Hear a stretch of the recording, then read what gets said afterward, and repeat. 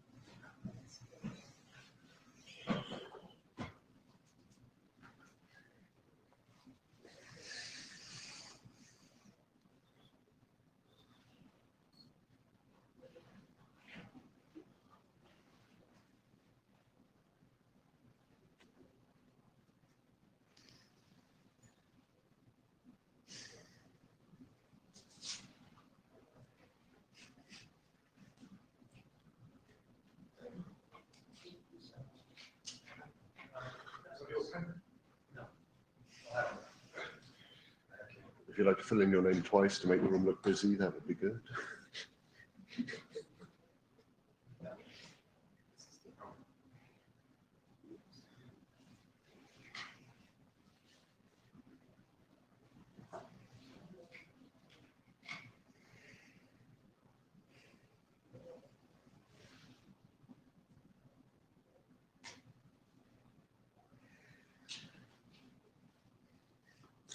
I suppose we better make a start. Good morning, this is the Manet working group. First question, do we have someone who's willing to take notes? He says, looking around the room. Stan doesn't have sound on Meet Echo. And the Meet Echo guys were here, Stan. I don't know why I'm talking to you because you can't hear me.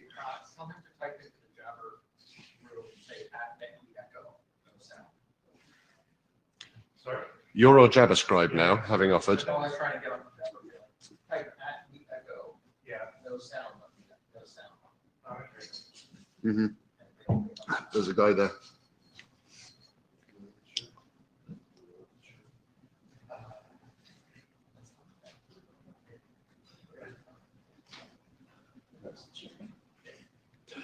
We'll have to. He's now got sound. Yes, he's got sound. It may be a local problem then. We spend the first 5 minutes diagnosing Stan's sound issues remotely.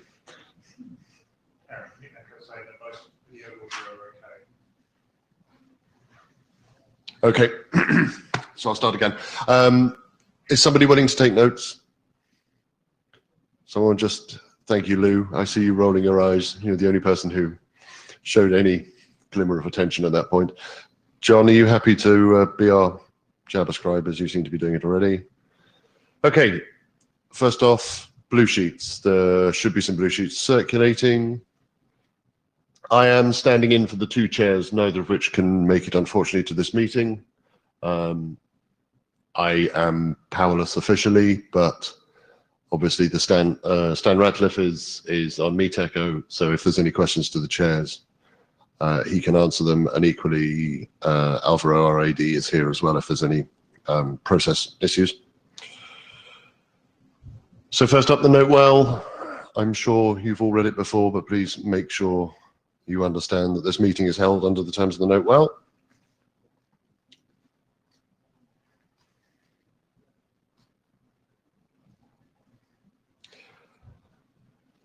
Just a little note about the audio participation, because we do have people remoting in. There's the Jabber. John in Dowdle has kindly offered to be our JavaScribe. If you're on Jabber, he can take your questions to the mic. For those of us in the room, remember to speak clearly into the microphone so that they can hear you. And there's the pink box for video feed. Please try not to wander out of it. Okay, so our agenda is mostly DLEP. There aren't any non-DLEP agenda items, so quick run through. Does anyone have any comments about the agenda? One comment, I'm going to do the notes. Can you state your name? Sorry, Lou Berger. I'm going to do the notes in Etherpad, which is available off the tools page for the working group, and you can go click on Etherpad 97, and everyone could join in. That'd be great, because I'm sure I'll miss some things. By the way, that also works for folks who are remote. So if you're listening remote, you can also contribute to the Etherpad. I'll follow that up by saying, of course, Lou is presenting as well, so he can't take notes during his own presentation.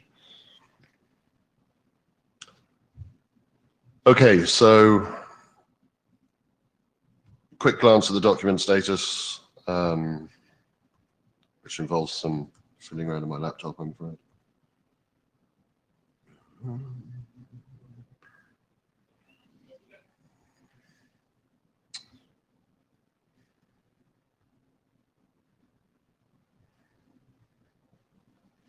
There we go.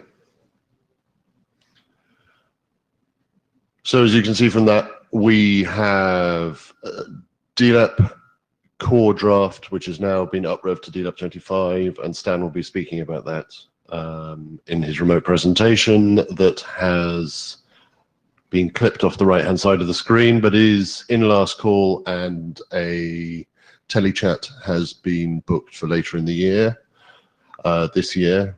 Same applies to credit windowing. The OLSR multipath, I believe, is in last call, but we have no further news on that. The sec threats has been published, I think, sorry. Publication is requested. Sorry, all I can see is published on the screen. And there's a RFC 5444 usage, which is in AD review. Yeah. So other than that, we have a number of extra DLAP extensions which have been published or have been submitted. She says trying to scroll on a second window. Sorry, just comment on Jabber. Yeah. John Dabble for Jabber. Jazzy's saying that the last call for multipath has finished and he's now waiting for the write-up. Okay, I shall look at our resident AD and wait for comments from the actual chairs about what the next step in the process for that is. But that's good news that it's left last call and waiting for write-up. So we are making progress, because there were some concerns earlier in the year that Manet had a slight reputation for not making progress on various important charter items.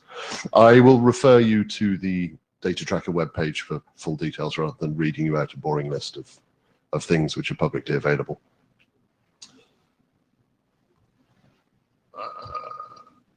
Okay, so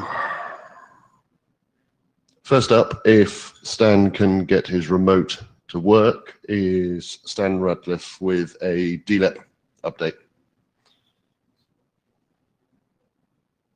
I was trying to find.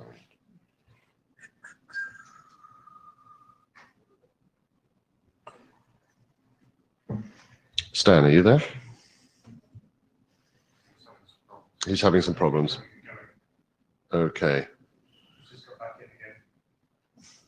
Well, actually, I'm quite happy to present this. I think Stan actually asked me to present these slides. So.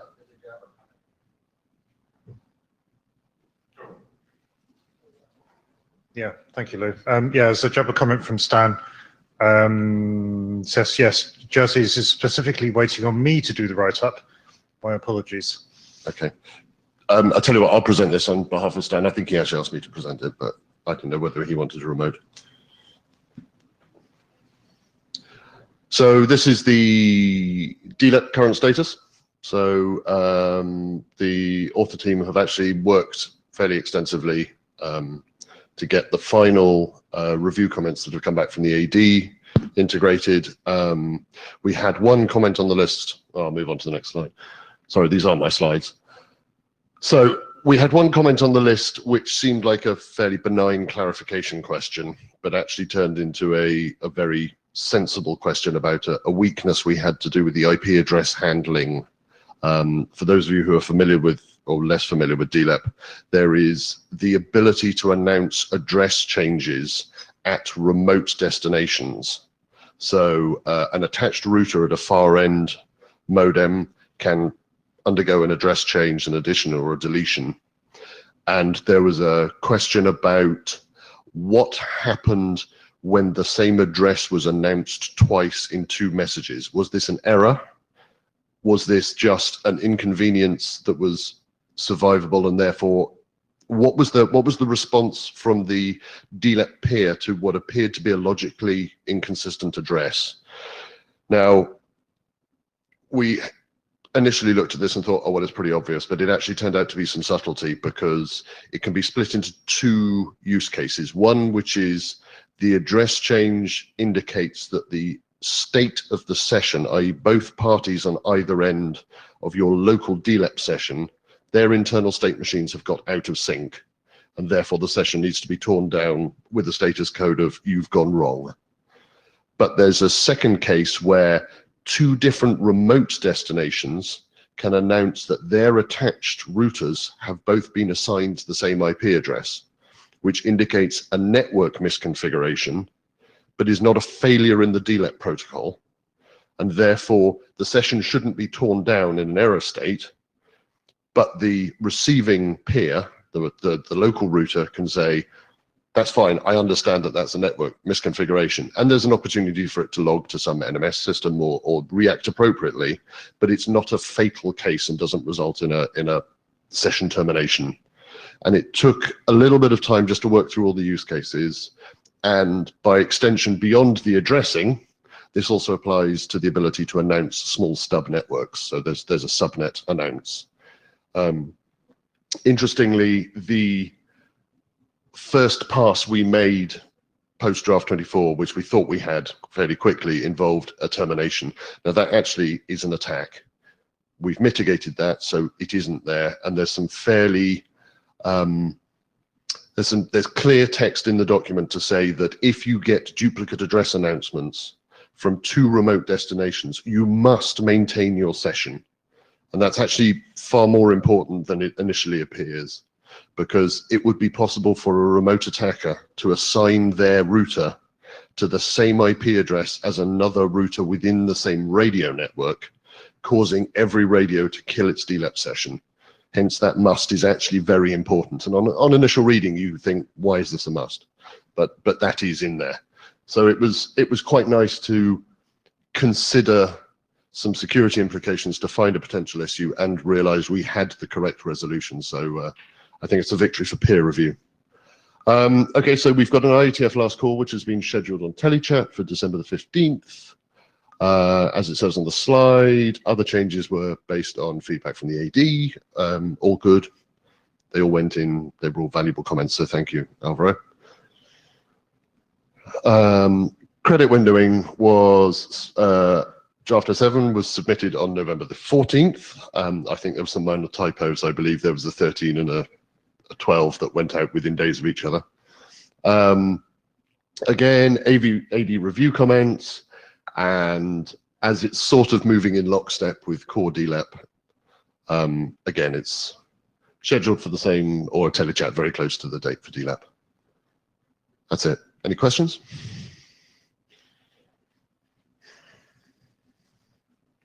Lou Berger, I had sent a question to the list, which Stan answered, I think, last week, about the new IPv6 text. Yeah. And this morning I sent an additional response, of course, which we're all up on because we're reading mail every second, which said that the current text, as I read it, says if an implementation does v4 and v6, it must use v6. And to me, what that says is that we're not only providing a protocol specification to an implementation, we are now going beyond that and putting a requirement on operation. And that's quite different than what we normally do. Mm-hmm. We don't normally tell the operators how they have to use something.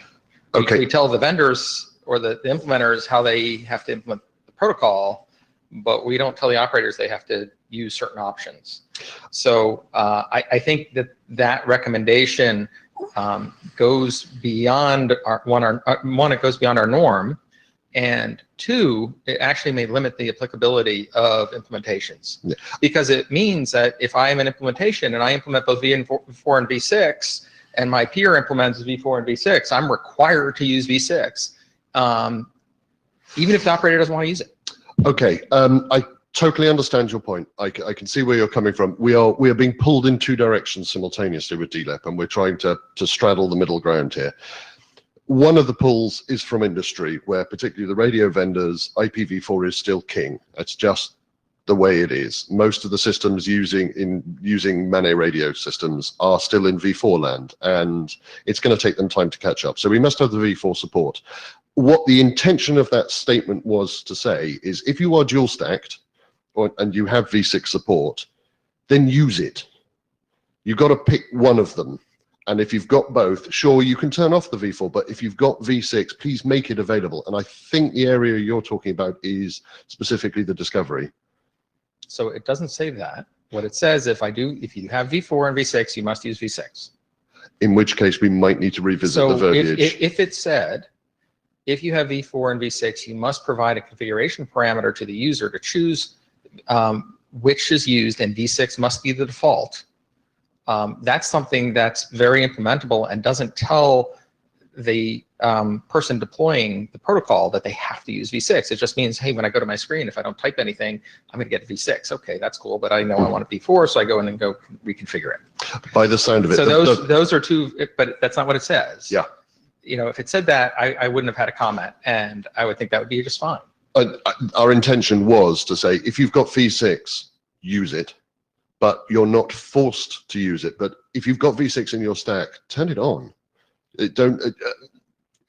Perhaps I think the summary is we're in agreement with intent, but the words aren't clear. So I'm not completely sure we're 100% in agreement intent, but it may not be a difference that matters. If the user can configure which is used, which they can, then that's fine. Yeah. But the current text doesn't say that. Okay. I'm not a redundant. Just for what it's worth, I agree with the discussion. I'm just saying this because Stan pointed a couple of times that the change was made because of my comments. But I agree with what you said and what the intent was supposed to be. Yeah. So yes, we need to clarify or whatever. I'm fine with the discussion. I think this is just a textual issue, and I'd love some feedback on it. Thanks for the mailing list comment, which means we'll try and address it in that and try and come up with some text which tries to capture the intent rather than, you're right, you don't want to say you must use V6 even if the user actually wants to use V4 in your system. That's not going to wash. So. Okay, thanks. And I heard the implicit request for sending some text. Yes, please. Any other questions? Fine.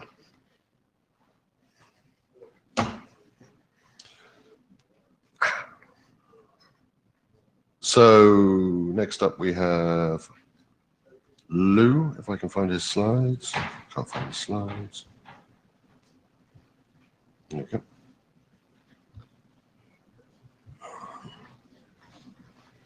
That works. Lou? That works. Thank you. By the way, I don't know if Stan is still having problems with audio, but there is the old audio stream out there that may work. I was trying to find the URL for it and put it in Jabber, but I wasn't fast enough. Okay, I'm Lou Berger. I'm going to be talking about 4 drafts that we submitted. If you were looking for the slides before just a little bit ago, they weren't there because of my fault, not the chairs. I appreciate them taking a late submission and posting them. I simply forgot to send them in. They are there now for reference. Yeah. So. Oh, one thing I wanted to say is these extensions are all sort of flow control or traffic control related, and they support different possibilities and possible usage scenarios, and 2 of them sort of step on each other's toes. But they're all motivated from the perspective of adding some flow control capabilities into DLEP.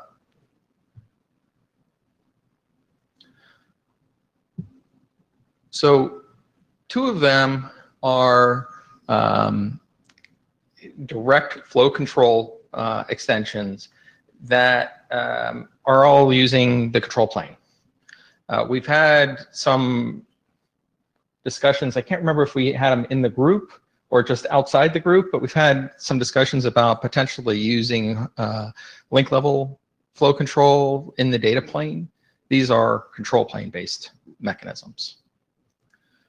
There's room to do data plane based flow control too, but that's not these extensions. The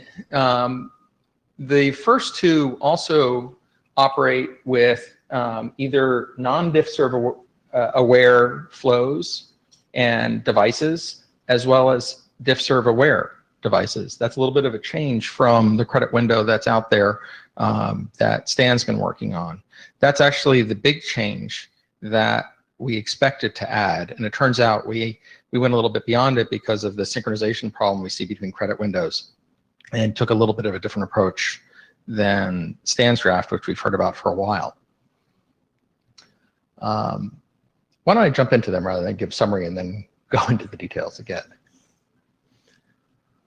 So the simplest flow control extension we have is a pause flow control mechanism. So first of all, here's the draft. If I can find the pointer.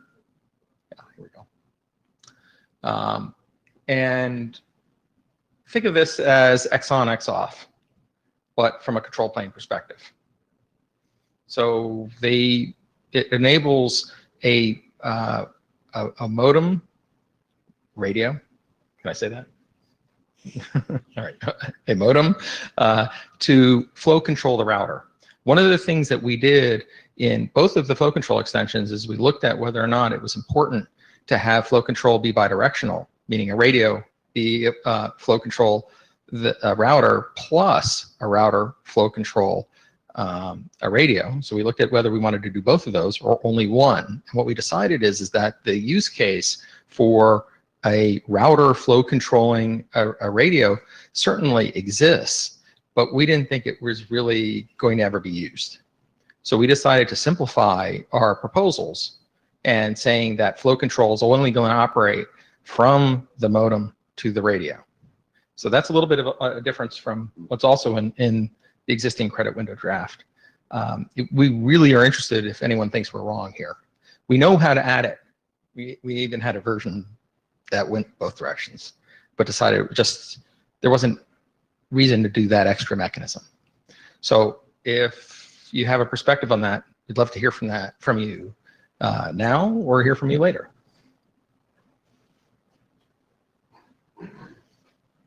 Rick Taylor.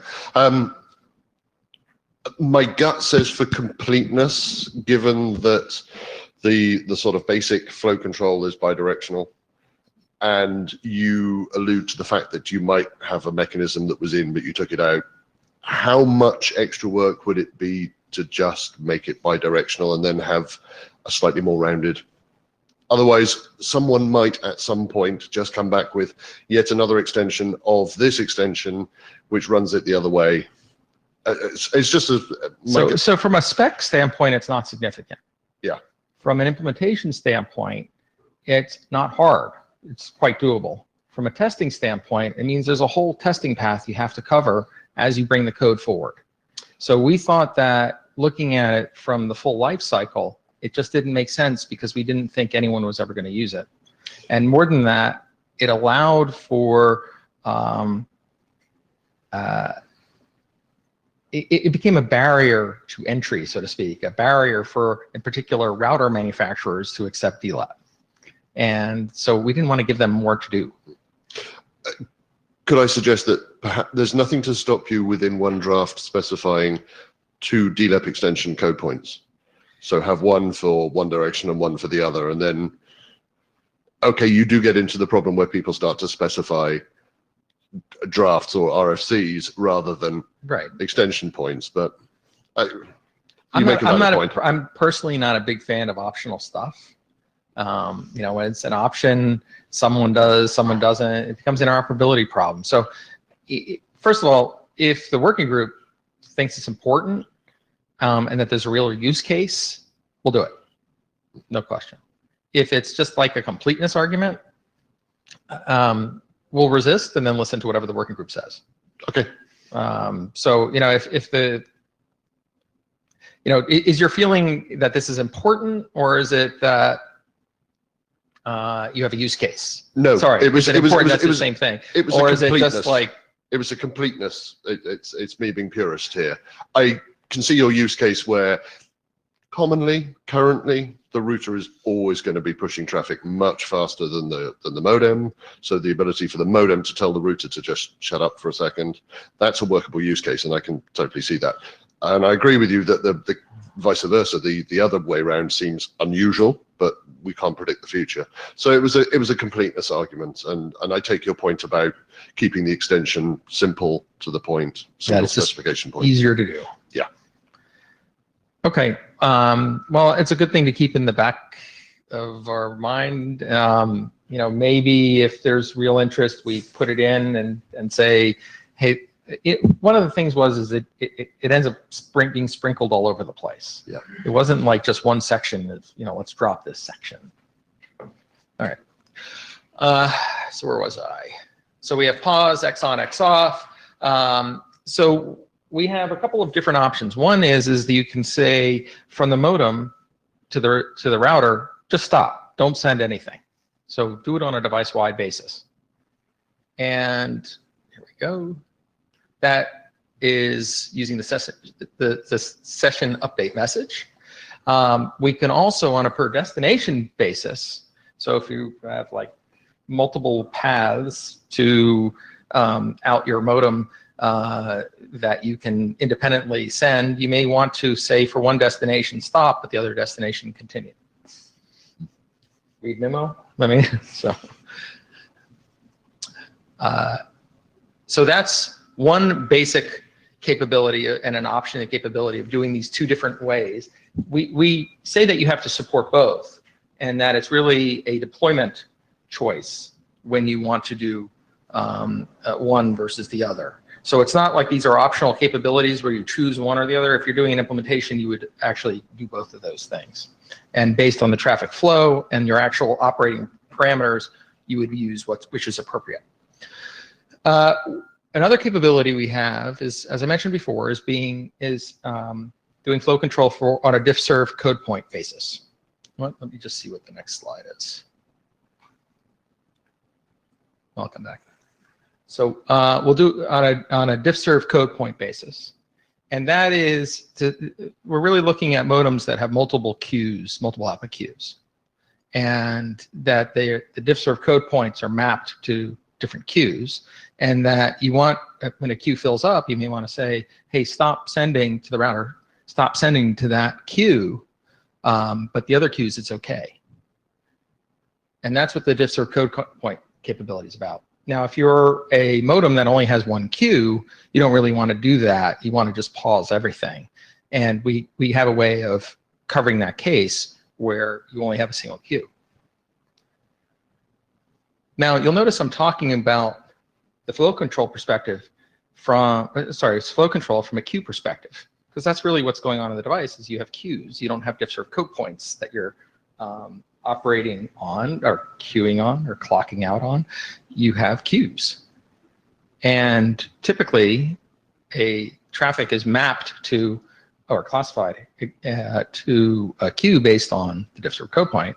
So what we do is allow the mapping to be exposed so that a modem can tell a router that it has n number of queues and the diff-serve code points that get mapped against each of those queues. We have the special case of 0, which always must be present, which is sort of the default or the 0 unmarked diff-serve traffic. If you only had one queue, you'd only use Q0. We include queue size information. This right now is just informational, so that it could be reported by the modem to management. From the router to the management station. We also think that maybe down the road people might find uses for this. So right now it's informational, but who knows? Maybe there'll be another extension that could make use of it. We don't have an extension in mind for that.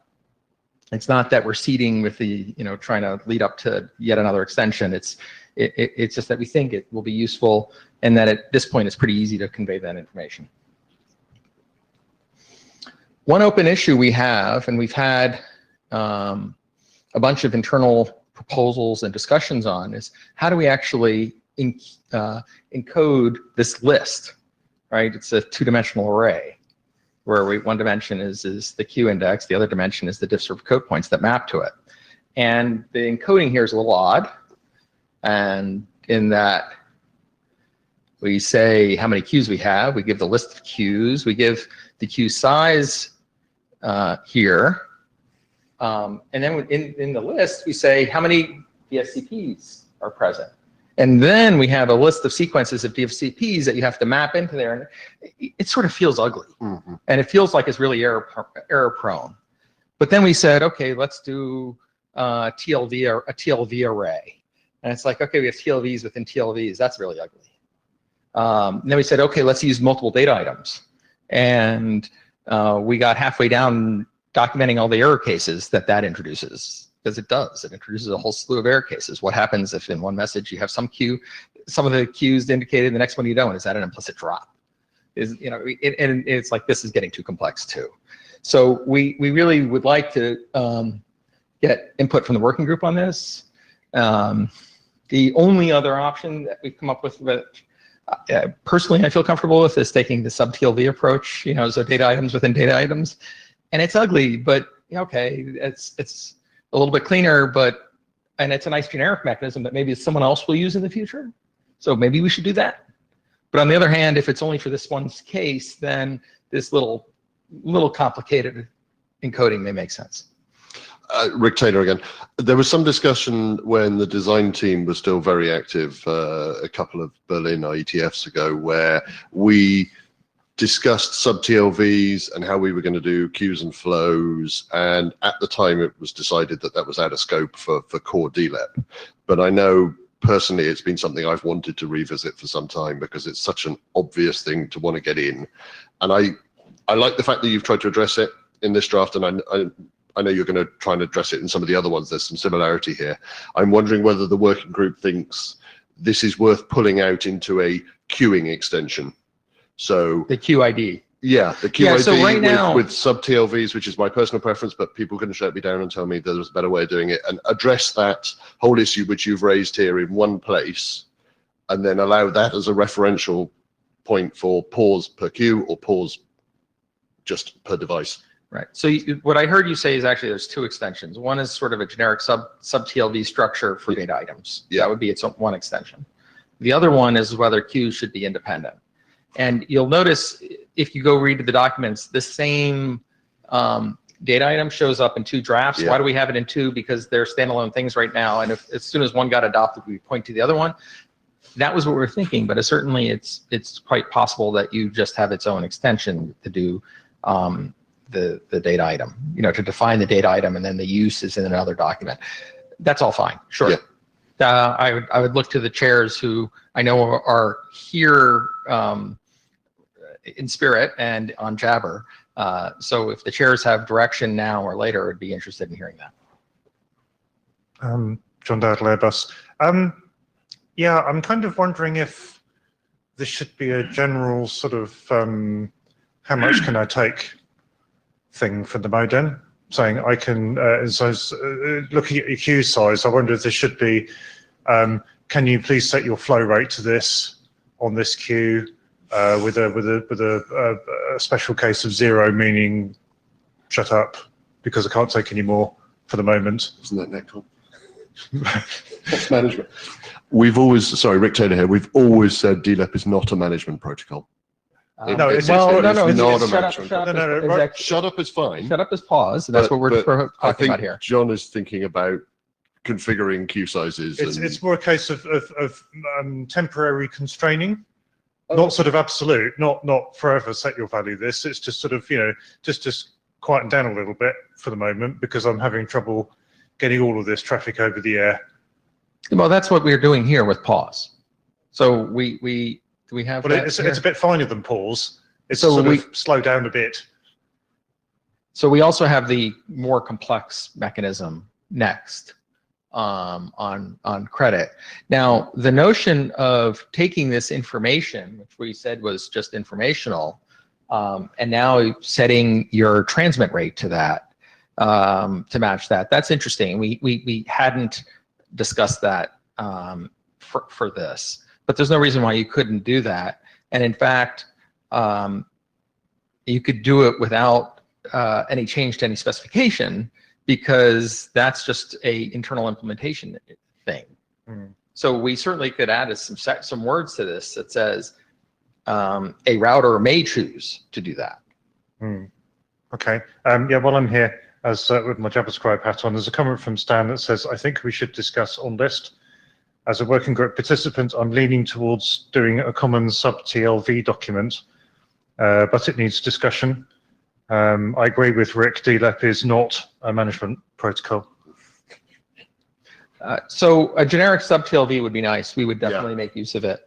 And it has some advantages as well with being opaque for backwards compatibility and that sort of thing. Yeah. I mean, I definitely see the value of that. Anyone volunteering to write? Yeah, I did. Anyway. Ron Infeld, apologies for not having read the draft, so I'm just reacting to what you are presenting here. Sure. It seems that the modem now has to be aware of DSCPs, whereas up till now we have always considered the modem as a layer 2 device, a transparent bridge. Seems like a bit of a layer violation to me. Can't you use some opaque identifier and do the mapping to DSCPs at the router side? Okay, so there's 2 points. I think there's 2 points you're making. One is, what about a modem that doesn't know about DSCPs? What would it do? So what it would do is put num DSCPs to 0, and it would just fill in the one queue size of whatever its queue size is, and then it wouldn't put anything down here. Would be no DSCPs. So what that would say is, I have a single queue, and any traffic you say to me goes into that. Now that deals with a DSCP and queue unaware modem. But what about the case where the modem does have queues, but it's not using DSCPs to map to it? We talked about that one, or thought about that one, and said, well, what do we have available to us on the data plane side? And on the data plane, we obviously have DSCPs, but we also have, we could have 802.1 priority bits. Right. If we assumed that we had the queue header. And we had some discussion about that, and it seemed reasonable just to use DSCPs. Now, I don't know if the working group agrees that it's reasonable, but we could easily map this to p-bits. But what that means is that whenever you wanted to use priority, you would have to use the VLAN tag. You'd have to include a queue header. And right now, there's nothing that requires that. So there's a trade-off there. If you want to add the queue header on every frame, or do you want to assume that the modem is going in to look at the DSCPs? Now, the interesting thing is, you might actually want to allow for both. And we could by having another extension, which is the moral equivalent of this. But from the data plane's perspective, rather than using DSCPs, we're mapping from the p-bits. Rick Taylor, there was a extension draft that came out of, I think it was Cisco India. I can't remember the author's names, I'm afraid, where they were trying to do something similar, but using the VLAN ID as the queue identifier. That breaks because of we require contiguous layer 2 connectivity across the data plane, and as soon as you introduce VLANs purely for queuing, they had a really good stab at it, but missed it slightly. So using the p-bits is doable, but yeah. So I would agree with the notion of using the queue, the tag from the extra bits provided by 802.1q with the VLAN tag, VLAN. I forget the C tag. Whatever it's called. Yeah, include that the vid, but use the priority bits that come along with that extra header.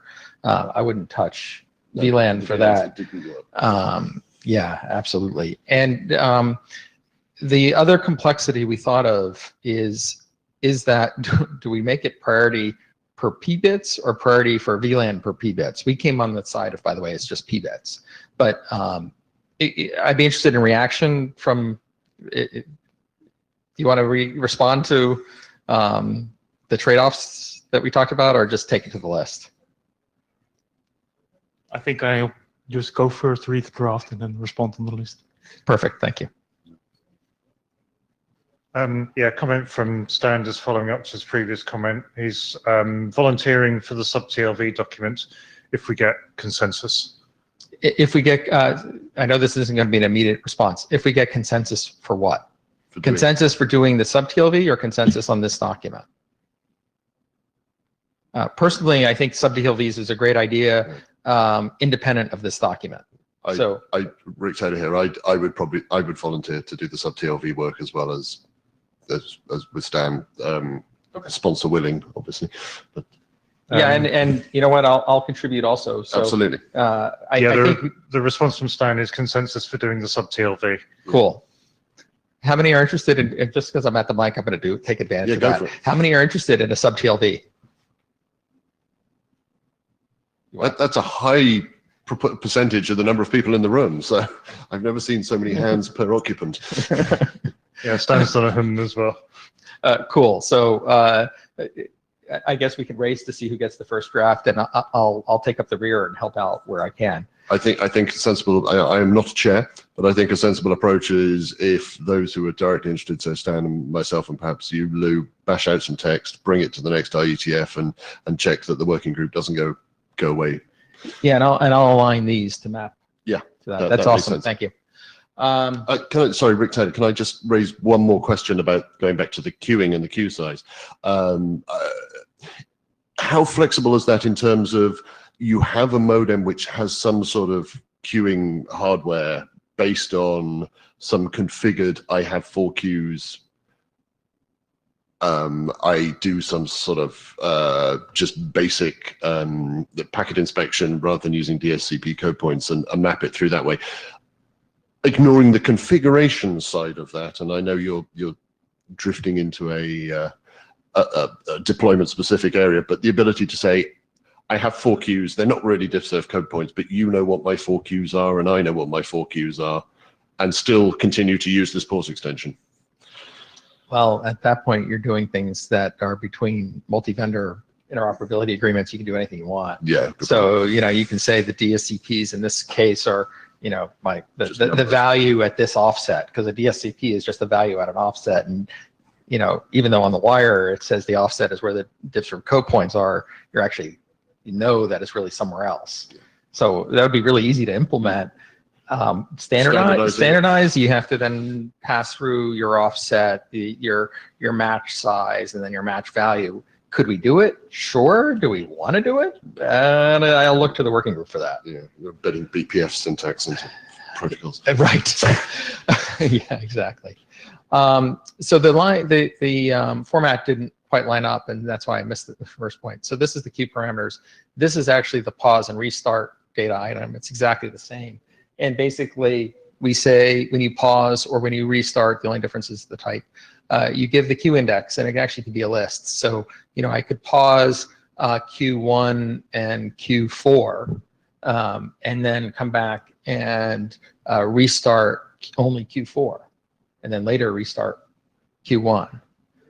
That's the way it's set up right now. Again, if you're not supporting DSCPs, you would just use 0. Only 0, and the only thing you'd ever put here is 0. How much time do I have? I have lost track. Because I'm definitely way over. It's But 10:15. You're running behind. But So can I just make a really quick comment, John Dowdle here? So given that the router is normally in charge of policing its own queues, yeah, and you're now asking the router to put up with a second device also moderating its queues. Do you think it's worth some text in there just to say the overall queuing strategy should now be X instead? I'm a firm believer that we specify what's on the wire, And so it's up to the vendor to figure out how to implement that and map it internally. I'm just thinking more from the pool system integrator's point of view. He's got to put these things together. There is a tradition within the Rick Taylor, there is a tradition within the IETF of writing best practices documents. The other thing I was going to say is maybe I'm not sure what you're suggesting. Could you suggest some text? I always find it's easier to understand a proposal in the context of a specific proposal rather than the abstract. Mm-hmm. So an abstract, I might be disagreeing with you, but when I see the text, I might say, yeah, that's fine. Okay, I'll scribble something on the list. Okay. Since I'm going to speed up a little bit. I mean, You've got 40 minutes, Lou. I have 40. 40 minutes. I'm going to slow down now. I don't think I can take 40 minutes. We don't have a very packed agenda and we've got 2 hours. So. For some reason, I thought I had another 15, but. You do on paper, but there's no one after you. So. Okay. Actually, I had even less, right? But that's okay. So that was a really simple mechanism in terms of the actual flow control, the flow controls. You had pause, restart. That was it. When you're operating, that's only going to be usable in certain scenarios where your traffic, basically your traffic rate, isn't really ridiculously high compared to your control plane rate. Because all I can do is say, hey, stop, and then, hey, start again. But if I'm running really fast traffic at a really high rate relative to the capabilities of the control plane is going to get totally swamped, and the X on, X off isn't going to be particularly useful. So but it's nice to have a simple mechanism for simple environments, because those definitely exist. But there's also more complex environments where we really want to be able to more loosely couple the control path from the data path. And that's where what we were headed at here with the credit windowing extension. As I mentioned before, this started out as being completely based on Stan's draft and the notion of just adding diff serve awareness to the credit window. And we realized that we needed a little bit more mechanism to explicitly cover the case of synchronization of credit windows between the peers. And because of that, we removed the first version of our internal version said, just follow the procedures from the general credit window. But we really felt like it didn't work in certain corner cases. Once we went there, we also said we want to simplify and only cover the case of a modem flow controlling the router. So those are the two big differences between what we're proposing, what Stan has. So again, DSCPs, how we do synchronization of credit windows, and we're only unidirectional. So again, we have a diff serve aware mechanism. The diff serve awareness is exactly the same one that we described before. In fact, we use the same data item. We could do that as its own standalone thing, or we could do the first document that does it wins. So we can handle the case where we have DSCPs mapped to multiple queues, or the case where there's no diff serve awareness, there's only a single queue. In this case, the modem sends a grant or an increment to the router. What's the difference? A grant says, basically, this is your credit window. An increment says, okay, increase it by a certain amount. So when you first hear about a destination, that's when you want to do a grant. After that, as traffic is flowing, you want to do an increment. And you can do increments based on how your queue grows, really based on the service rate, the offer load rate, and the service rate of the queues.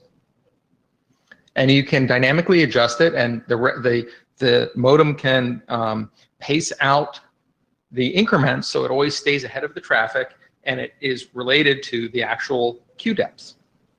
Excuse me. Now, one of the things that can happen is that the router somehow gets out of sync with the modem in terms of its understanding of what the credit window looks like. And there's some cases where it actually is predictable that this is going to happen. And there's other cases where it's not predictable. Either way, you have to handle that case. And what we do is when the modem sees that the router is getting out of sync, the modem can basically say reset by resending a credit grant. So instead of sending an increment, it can say, hey, reset to this value. And it can do that in a non-interruptive way. It doesn't have to stop traffic to do that. I seem to remember that the current credit window, at least our analysis, the current credit window draft says that if you think you're out of sync, you basically have to reset, which means you break data. And from my standpoint, having spent way too much time doing control plane, I'm of the belief that a control plane error should never result in an actual data plane drop. So for me, that was a big issue. And so we intentionally wanted to make sure that we covered that case. And that's how we do it with the grant. So let's just walk through the mechanisms a little bit more detail. So grants and increments, like the previous example, the previous draft, it could be per destination. It can also be per DSCP. We talked about the grants set or reset the credit window. The router, one thing I didn't mention is if the router sees that it's running low on credits, it's running faster than the modem thinks it's running, it can tell the modem, I need more. I'm running low. You better send me some more credits. And it can request them. Every time that should be router, not routes. Every time a router receives a grant or an increment, it responds, and in the response, it includes what the credit window is. One of the things that we had to think about is how do you relate the credit, which is in bytes, that's being, to the packets being sent on the Ethernet between the router and the modem. How do you relate that to what the modem actually sends on the wire? And how do you deal with that? Generally, routers think about IP packets, but on the wire, there's some sort of media header going on. And how do we do that relationship? And there was some discussion on this early on during their early review of the DLAP 22 or 19, I don't know, something like that. So this is a concept that has shown up on the list before. And what we decided to do is, rather than introduce a complex mechanism that said there's a certain amount of overhead per packet, we said, let's just include the MAC headers and use that as an approximation. And we don't think it's perfect. We think it's good enough for many cases. It allows both the router to operate in a predictable fashion and the modem to use whatever algorithm is appropriate to map the media headers to the MAC headers. Now, we do think that there are cases where this can lead to predictable out of sync, where over time, the credit window will drift from reality. And that's the predictable case of where you need to do the reset. Remember I mentioned there was a case where you can get out of sync for both predictable and non-predictable reasons. This is the predictable case. Question from Stan on Jabber, or comment. Since credit grants in this draft are absolute, why not just always use grants instead of credit increments? Seems simpler and avoids potential synchronization problems. So one of the things is, particularly at higher speeds, is the problem that while you're sending the message to do a credit grant, you're actually receiving traffic, and you don't know how much traffic you're receiving.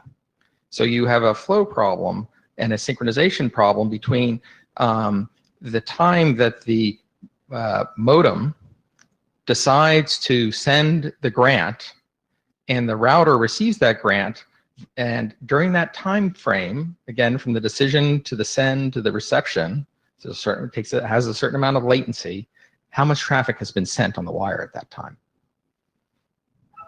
And if you are operating at a high speed, that may be a significant part of your credit window. How do you take that into account?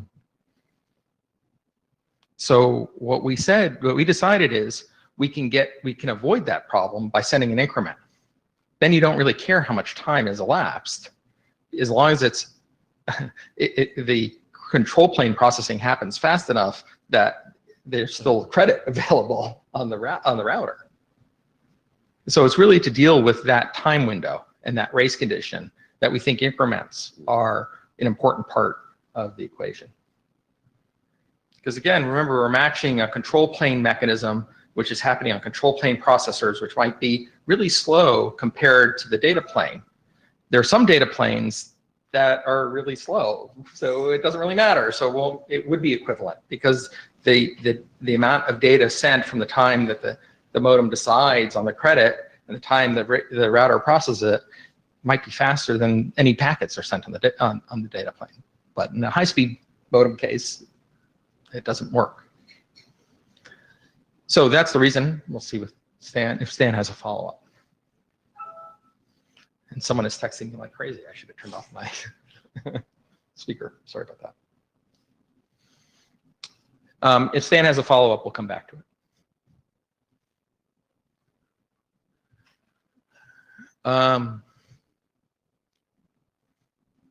That's interesting. I thought I didn't have, maybe I had this on the previous one, but I didn't review it. So for both of these, and actually all of the extensions, we have one new extension type. So that if you're going to implement the draft, you indicate the support for that draft through the extension type. And so for each draft, we ask for one new registry value. In this extension, we add messages also. In the previous one, we only had data items, 2 of them. In this one, we have data items plus messages. What are the messages used for? First of all, they're called the credit control and credit control response messages. They are the way that we provide increments, as well as some control from the router. We wanted to distinguish between a increment and a credit grant. We also wanted to not use the existing control semantics to issue a increment, because we didn't want to say, okay, we're now up when we've already been up, because you have to go and process all the information when all you really care about is the increment. So after looking at reusing existing messages and the processing overhead and the it almost turns into a soft state nature. It changes some of the processing. We really decided that an additional message was a good way to go to make it explicit. Question? Yeah, it's a general question, because I know where your next slide is, where you move on. Okay, so if your queue description said on your modem said, I actually only have one queue. I'm a basic device. I don't do DSCP stuff, but I do diff serverware credit windowing. Yes. Okay, this is now an alternative implementation of Stan's credit windowing draft. Yes.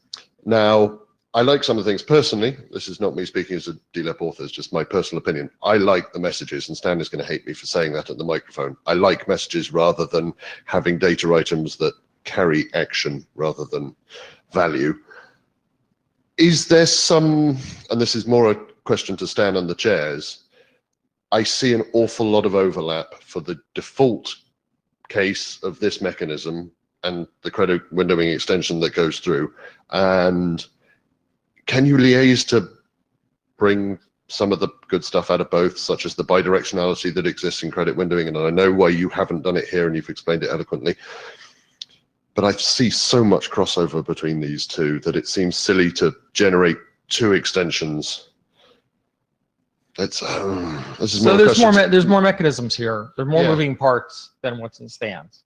So, but it seems that you've come forwards with a superset of an extension that hasn't even, that although it's in last call and is going for AD review, it's been through AD review, but hot on the tails, there's a superset extension coming out. Now, is this our opportunity, and this is a question to the chairs, to actually hold off on the existing credit windowing and try and merge it with some of the good stuff in here, excluding the flow sub TLV stuff, which sounds like further work, but this is a question to the chairs. Maybe we can give them a moment to answer.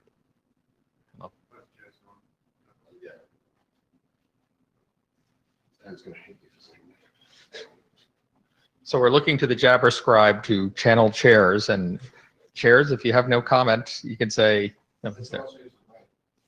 Oh, you can come to the mic. No, Stan can't hear us, right? No, he must be able to hear us. What's that? Right, obviously. I'm just a little slow, sorry. You have about 25 minutes. Try to slow down. All right, so while we have chairs able to come to Meet Echo, they're not. So we'll assume they'll take it to the list. But I think that's a reasonable question. Yeah, Stan says he has no comment at present.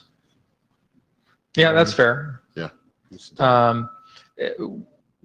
Because extensions are negotiated and you have the different extension types, we don't see a problem progressing with both, because you can just negotiate which one you support. If I was an implementation, I'd probably only support this one, but then again, I'm an author on this one and not the other one. So, but you know, that's okay. Justin says list.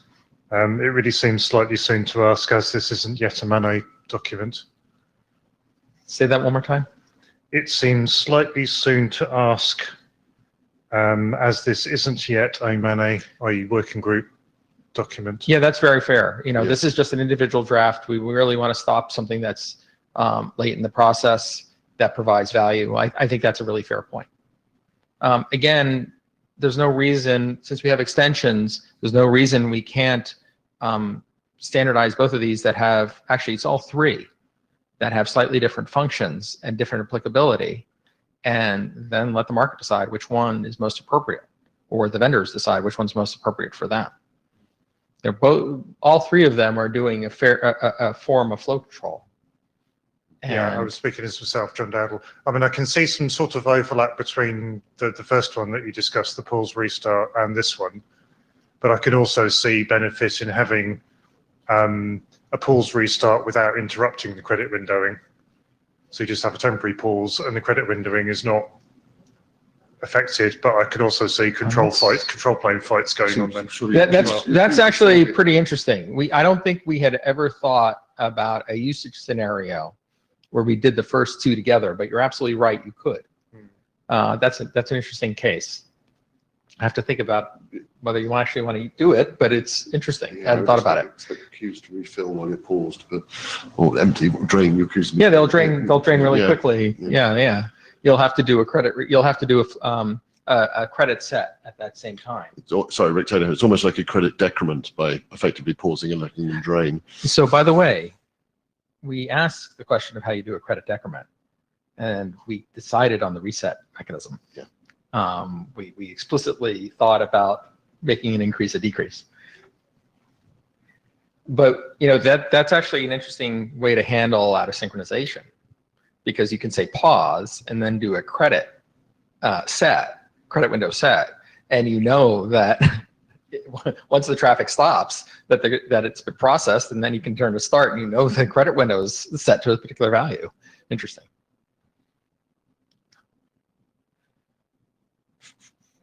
Trying to think if I went through all of this. Okay, so 4 new data items.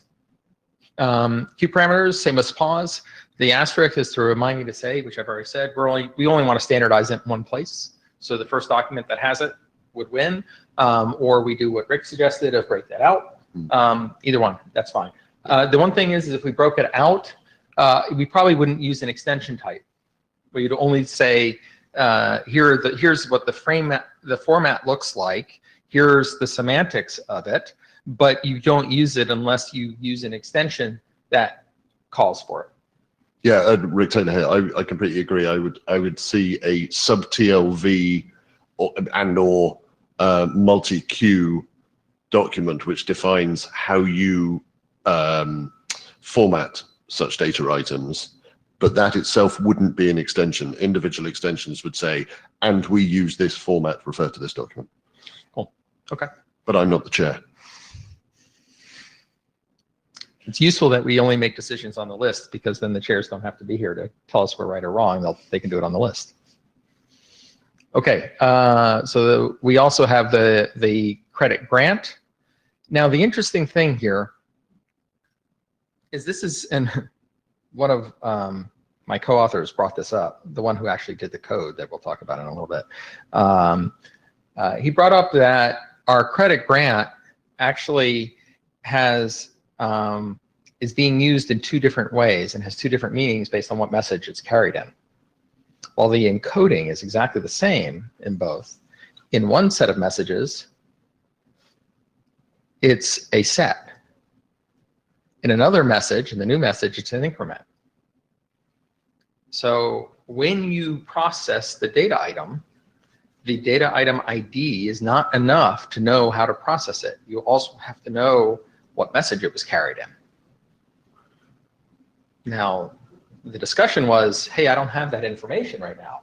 I said, okay, how hard is it to get to that information? It's all right, it's not a big deal. So in at least one implementation, it's not a big deal to make sure you have that information, but this is the first time this is being done in DLAP. So it's noteworthy. I think my argument, and at least for the moment, I won that argument, but maybe it'll change. My argument was we could do different data items, but then you have the exact same processing being done, or almost the exact same processing being done for two different data items. And that is more complexity of the code than just checking the value of what it's carried in. But in the end, it's just one code, it's two code points and two slightly different processing, no matter how you get the code point, whether it's from a tuple or an individual. You can argue it either way. This is the way we came down right now, but if the working group decides to do it differently, hey, we can do another different data item. So an increment, we would have the DA credit set and the DA credit increment data items. We could do that. They'll have the identical format. Rick Taylor here speaking. Stan and I have and the rest of the author team have always sort of tended towards, if a data item has the same shape as another data item, then make it a common data item, and the context of the message in which it's carried is relevant. It's never explicitly said anywhere in the documents, And but there's you'll never find, a case of it. and there's never currently a case of it. That's right. Yeah, so we got lucky. But I know in occasions when we have had cases like that, but they have boiled off through the 25 drafts, we've always gone for the context is actually relevant. The message context is part of the processing. Right. But that's not documented anywhere because it didn't need to be. I'll take that as implicit, maybe not support, but implicit, you're okay with the current proposal. I am. Okay. But it's worth bringing up. Stan's going to disagree with me now. That's fine. It's really easy to fix. It's just an integer, +1. So Stan's saying, no, we didn't get lucky. We got beat silly over there, never being two ways to do the same thing. I'd come down on multiple data items. Yeah. Well, it's not two ways to do the same thing. It's one way to do two things. Yeah. I completely agree. You don't want two ways to do the same thing. And I made some comments about that related to the status data item and optional pieces. But anyway, we're completely okay with the working group making any call here. Rick Taylor again. I have a point I raised personally with you, but I'll raise it again. You're using destination announce to perform sets, and that's not really what the announce was designed for. I think a link characteristics request is the better message, but I'll take that comment to the list when I've got a chance to cogitate correctly on this one. Yeah, I remember there was some discussion on this, but frankly, I don't remember the discussion right now. Yeah, it's fine. I'll take it to the list. Okay, that would be great. Thank you. And certainly, I would believe that you're more likely to have this one right than me, given that you wrote it. It's been discussed heavily over the years. Okay, so we're happy to change that. the other two data items are pretty obvious. We have a status and request. So that's it on the two explicit flow control mechanisms. We're now going to move on to the next two. They're simpler, so we're going to go faster on these. The next one is latency range. So in the current DLAP, you have the ability to give a latency, but the latency, it's not clear what that latency is. Is that an average value, min-max? Don't know. We interpret it as sort of an average. I don't know, I don't remember the text saying explicitly that it's an average, but that's how we interpret it. I believe sorry, Rick, I believe the text says something along the lines of implementations may use heuristics to gather some of these metrics, and that's as much as we say. Right, so we interpret that as most people will do average. But we want to know the range. And we think that that may be interesting to the next layer up, who may have multiple paths to do something and may want to be sensitive on the latency. So by providing the range, you can do that. So we have provided a minimum maximum. It's really similar to what's there. It's a simple extension. It basically, wherever you can carry the current latency data item, you can also carry the latency range data item. That's it. John Dowdle, if you've got a latency range, does that imply that the radio is moving significantly, or are you using just a radio type that does have fantastic variation in latency? We're not tying it to a specific radio. So in a different hat I wear in the IETF, we've been dealing with microwaves and have had the same problem. In a microwave radio system, you can get different latencies, and I could see how to use that here to represent it. I'm not a media guy. I'm not an RF guy, Okay. so I don't have a clue what they're doing to call it to. Yeah, I the was range. thinking something like triple scatter, where you might get some enormous variation, but it just seems a bit. I don't know. Okay, yeah, fine. If I mean, for me, the microwave systems in backhaul networks have this problem. yeah, okay. I mean, we always Or knew. I think characteristics. when we were building Core DLAT that we get weird radio types that do wacky things that we'd need extensions or something for at some point. Right. So you operate in one environment. I operate in a Yeah, different sure, environment. yeah, So it makes yeah. sense. Like, I'm thinking stuff that's happening close to the ground. You're thinking stuff Yes, that's let's happening. just agree to respect each other, each other's environments, sort of thing. Yeah. Right. And whatever you said, I believe you, because I don't know anything about that area. Rick Taylor, sorry, I'm avoiding running to the microphone and back. I really like this extension, but I'd love to see it extended to be a generic metric range extension. So in some ways you could say, yeah, my CDR runs between these two bounds. So when you say generic, I mean, do we define all of them? All the different types, or do we let them be user defined? And it's Or do you- user parameter 1, user parameter 2, min max. No, What do you think? I was suggesting a sort of a meta message, a metadata item. So you effectively include the data item type in the message. So it's the data item type of We're not doing any messages here. Sorry, I'm getting all baffled. It's only Wednesday. Within the data item type for the data item is, this is a range extension data item. Sure. And then one of the parameters within that data item Is range type. is the data item type to which this range applies, that is also included in the message. Will they all be encoded using the same number scheme? I imagine the length will be dynamic and the encoding scheme will be based on, and I'm running off the top of my head here, will be based on whatever the metric actual definition is. So for example, latency is 32-bit values, CDRs are 64-bit. So Why not just use different new data items rather than do data item then type? okay. I mean, it's the same thing, except we now have two fields we have to parse versus one. Because say somebody introduces an extension with a new metric type, Yeah. then they also have to include a range extension if they support the range extension. So I'll interpret it slightly differently. What you're suggesting is, rather than do just min-max, do min-max average, and then only use this one and don't use the other one. No, I haven't explained myself clearly. What I mean is only do min-max for this extension, but rather than min-max latency, do min-max X. Right, but if the encoding was going to be the same for all of them, then I would be sort of on the fence. But since the encoding is going to be different, what it means that when I parse the data item type, I then have to parse another field to figure out whether I can actually parse the inner fields to do a syntax check. So I think in principle, I actually like the idea of the generic thing, you know, being a guy who's done a lot of generalized things here, or generic things, and trend that way. I think in specific, I'm not sure it makes sense. Okay, so in principle, I really wanted to say yes, by the way. altering my question then, is it worth adding something to this draft to say, oh, and here's how you do it for CDR as well? I would why not do that as its own extension? Okay. Because wouldn't you sometimes want to do latency and sometimes do CDR, or do you think you always want to do both? Well, you needn't necessarily report it.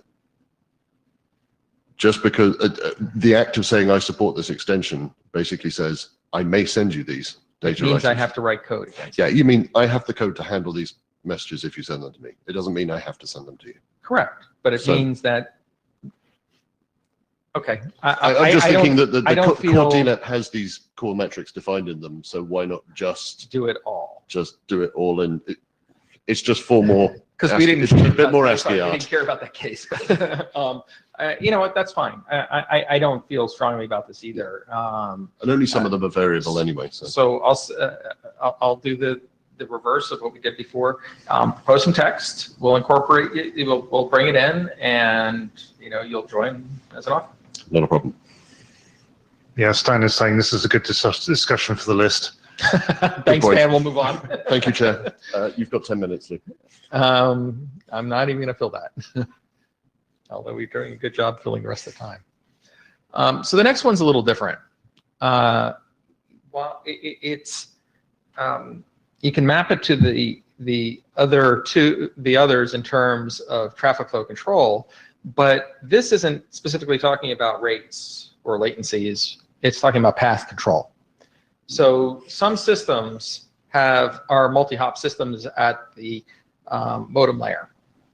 So you can have one modem talk to another modem and talk to a third modem. I think of this as, you know, a bridge network, and that in some bridge networks you can go directly from switch to switch, and other ones you go switch, switch, switch. So you have multi-hops. In RF systems, sometimes there can be there's a different expense to that than in a bridge system. So you might want to, at the IP layer, make decisions based on how many hops are being taken at the modem layer. Is this a layer violation? Sure, but it's also a crafted interface one. You know, it's not that we are snooping, we're explicitly providing control information from one layer to the next layer. We're saying how many hops are going to be taken to reach a particular destination. That allows the next layer up to apply a different metric on reachability, so they could do different routing decisions. Question.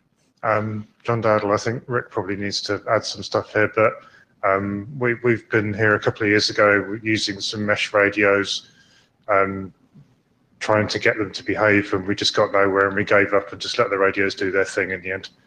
As a follow-on, we got quite a lot of pushback from the vendor who it's their special source. A lot of vendors, particularly in the meshing, as you call bridging networks, consider the construction of that layer 2 topology to be their unique selling points. And Sure, and we're not yeah. asking for them to tell us what the mesh looks like. We're saying just how many hops it is.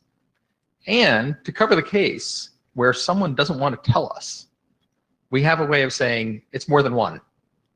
which helps. Yeah. So we have a binary of it's one or it's more than one.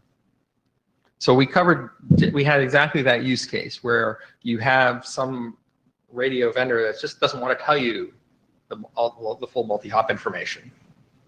Yeah, John Dowdle. I mean, I can see this working in the sense where you'd have linear multi-hop. So hop to hop, but if you have mesh hop, I'm informed it's mathematically very scary to try and work out how many hops you're really going through and what the latency is across that.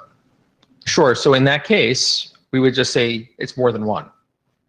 We would use the special value that says it's more than one. We don't know what the number is. We're not going to tell you the number. It doesn't really matter from our standpoint at that point. So I think we cover both those cases. So the other thing we do is not only can you indicate the hops, we indicate whether or not the modem has the ability to change the number of hops. So to go from multi-hop to single hop.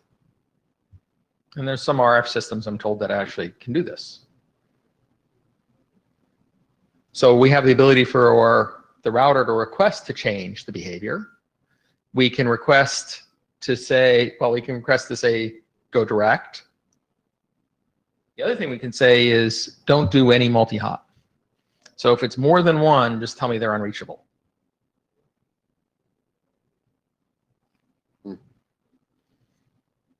And of course, since we can change behavior, we have a way to go backwards. You can say, you know, stop special behavior, go back to your normal behavior. Another interesting thing we can do is actually say, if we've gone to a direct connection, a one-hop connection, we can say, stop going to a one-hop connection. And we understand that whenever you're making a change, one of the results may be the radio has to tell you, sorry, the modem has to tell you what happened. But one of the answers that it may say is, I failed, I can't get there anymore. You lose. It's moved. Yeah, a comment from Justin. He says he loves this. He really hates not being able to turn off the radio special source. Rick Turner's comment, I equally, like Justin, I love this, but I would be amazed if the radio vendors ever implement it. But as I'm a router guy, not an RF guy, and I think this is great. And I think it's quite a nice, elegant way of writing it up as well. But I'd be surprised if I ever see a modem with this extension advertised. Yeah, John Dale speaking as me. I see the same. You talk to the radio guys and go, can you do this? And there's like, you know, talk to the hand.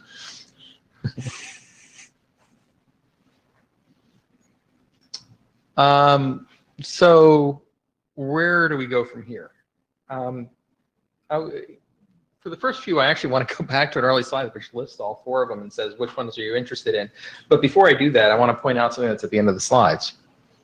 So what we're going to, we have found some errors as we've gone through it. So we have to fix that.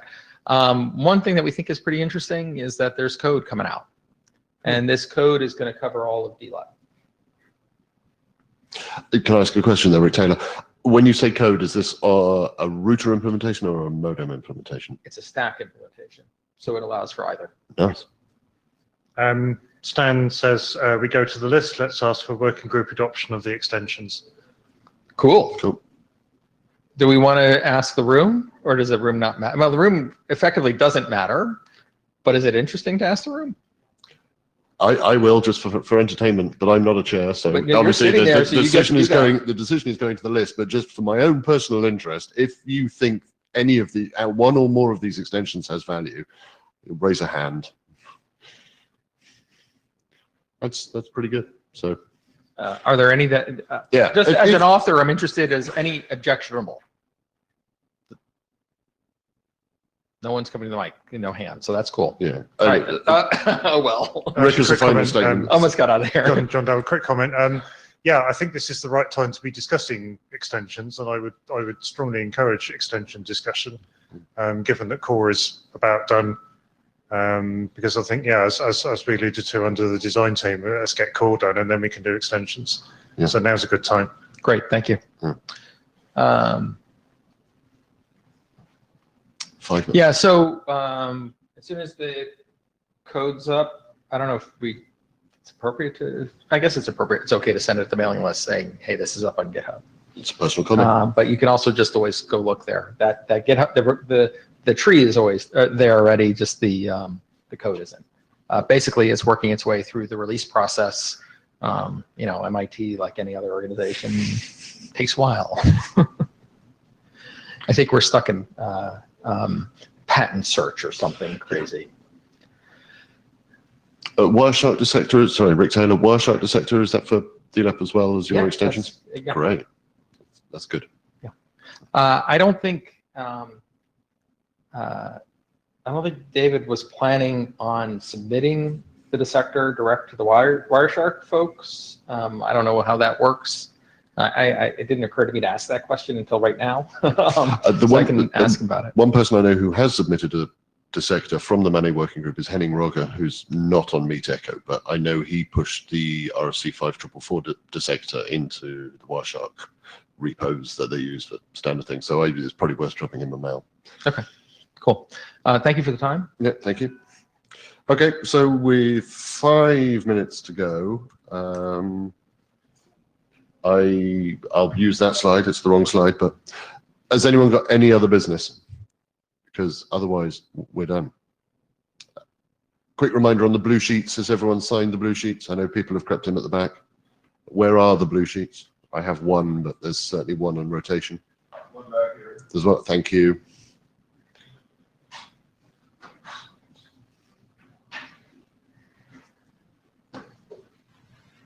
Stan says, thank you, Rick. Thank you, Stan.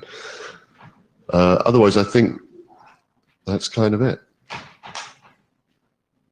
Thank you all. See you in Chicago and speak to you on the list. Hang on, just hold quickly on. from GRC says, any updates on the management stroke multicast? That's a question for the chairs. I don't have that on the agenda. I'm following the agenda they published. Stan, can you answer that one?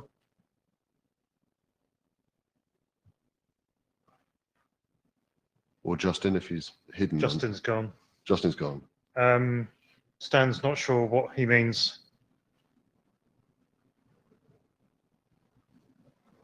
Can I suggest take it to the list? Questions for the chairs, really. All I'll do is relay it. I'm just a bent pipe in this case. Right. Thank you very much, guys. Thanks to whoever really covered Etherpad. Sorry? Thanks to whoever really covered Etherpad. I was there.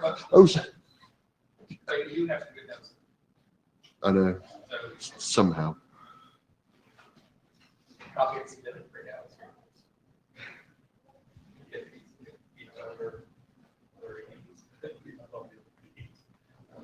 So that is.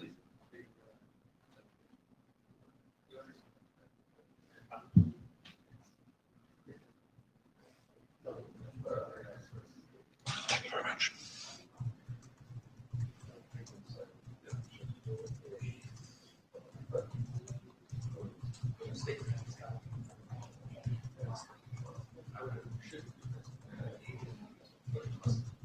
Just say the other two working group persons, which I guess is the Yeah. The SMF stuff and that stuff. It wasn't on the agenda, so I didn't cover it.